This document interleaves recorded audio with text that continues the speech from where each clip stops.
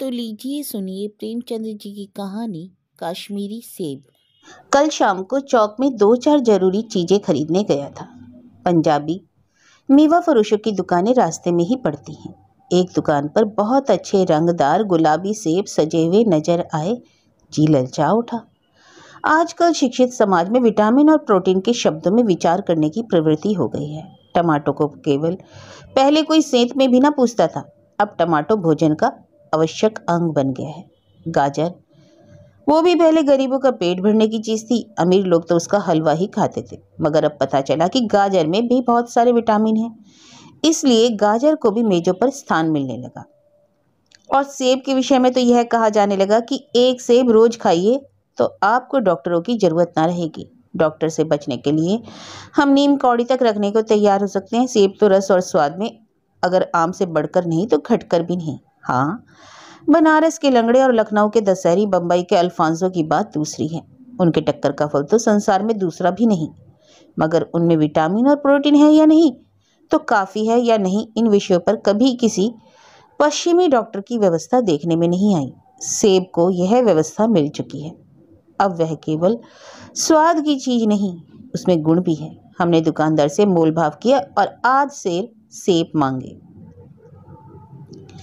दुकानदार ने कहा, बाबूजी बड़े मजेदार सेब आए हैं, खास कश्मीर के, आप ले जाएं, खाकर तबीयत खुश हो जाएगी। मैंने रुमाल निकालकर उसे देते हुए कहा, चुन चुन कर रखना। दुकानदार ने तराजू उठाई और अपने नौकर से बोला, लौंडे आज से कश्मीरी सेब निकालना, चुन कर लाना। लौंडा 4 सेब ले आया। दुकानदार ने तौला, एक लिफाफे में उन्हें रखा और रुमाल में बांधकर मुझे दे दिया। मैंने 4 आने उसके हाथ में रखे।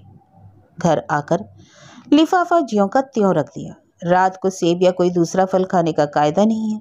फल खाने का समय तो प्रातःकाल है। आज सुबह मुंह हाथ धोकर जो नाश्ता करने के लिए एक सेब निकाला तो सड़ा हुआ था। 1 रुपए के आकार का छिलका गल गया।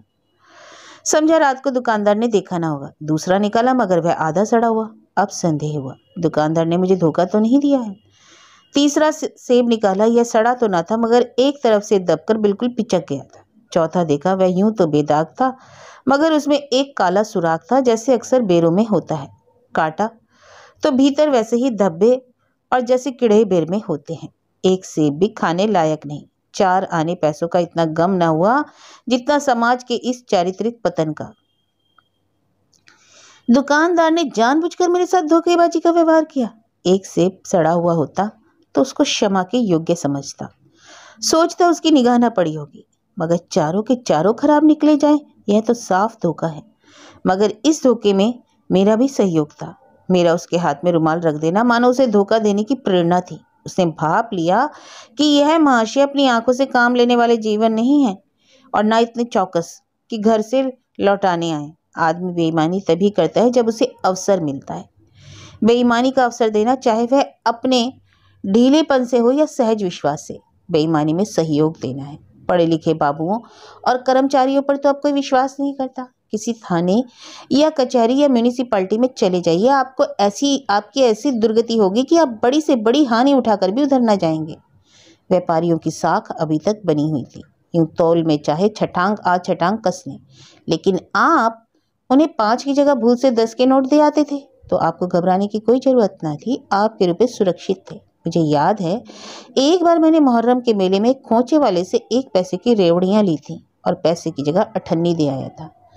घर आकर जब अपनी भूल मालूम हुई तो खोचे वाले के पास दौड़ा गया। आशा नहीं थी कि वह अठन्नी लौटाएगा, लेकिन उसने प्रसन्नचित से अठन्नी लौटा दी और उल्टे मुझसे क्षमा मांगी। और यहाँ कश्मीरी सेब के नाम से सड़े हुए सेब बेचे। मुझे आशा है कि बाजार में जाकर मेरी तरह आप लोग आंखें न बंद करके लेंगे, नहीं तो उन्हें भी कश्मीरी सेब ही मिलेंगे।